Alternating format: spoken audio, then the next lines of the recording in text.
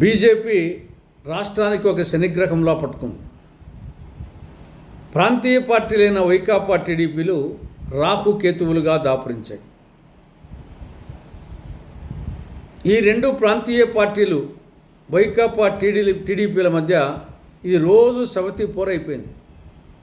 భరించలేకపోతున్నాం. రాష్ట్ర విభజన సందర్భంగా ఆనాడు మన్మోహన్ సింగ్ గారి నాయకత్వంలోని యూపీఏ ప్రభుత్వం నవ్యాంధ్రప్రదేశ్కు 3 వరాలు ఇచ్చింది. ఒకటి ప్రత్యేక హోదా, రెండవది ప్రత్యేక ప్యాకేజ్, మూడవది విభజన చట్టంలో 108 సెక్షన్లు 13 షెడ్యూళ్ల కింద దాదాపు 5 లక్షల కోట్ల రూపాయలు విలువ చేసే ప్రయోజనాలు కేంద్రం రాష్ట్రానికి అందించదు.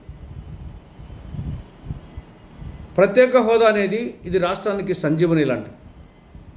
ఇది రాష్ట్ర హక్కు, కానీ అమలు కాలేదు. విభజన చట్టంలో సెక్షన్ 46 సబ్సెక్షన్ 3 కింద కేంద్ర ప్రభుత్వము రాయలసీమకు, ఉత్తరాంధ్రకు బుందేల్ఖండ్ తరహా స్పెషల్ డెవలప్మెంట్ ప్యాకేజీ నిధులు ఇవ్వలేదు. ఇక 3వ వరం కింద అనేక అంశాలు ఉన్నాయి. అందులో కడప జిల్లాలో శైల ఆధ్వర్యంలో ఇంటిగ్రేటెడ్ స్టీల్ ప్లాంట్ ఏర్పాటు చేయాలి.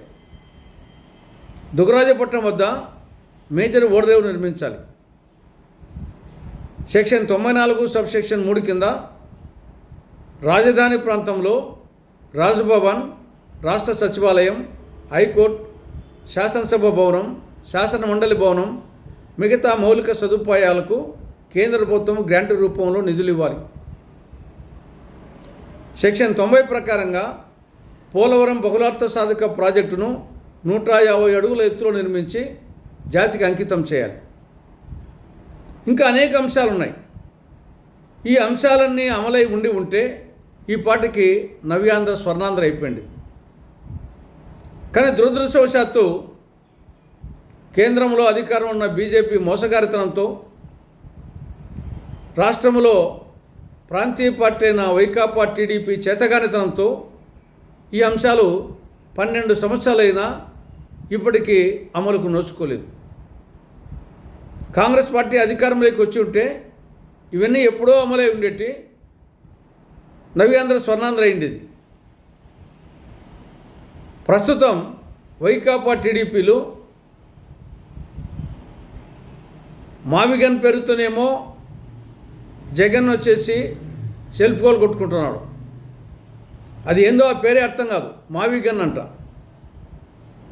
మచిలీపట్నము, విజయవాడ, గుంటూరు, అదేదో దానికి మావిగన్ అని పేరు పెట్టి అదేదో పెద్దగా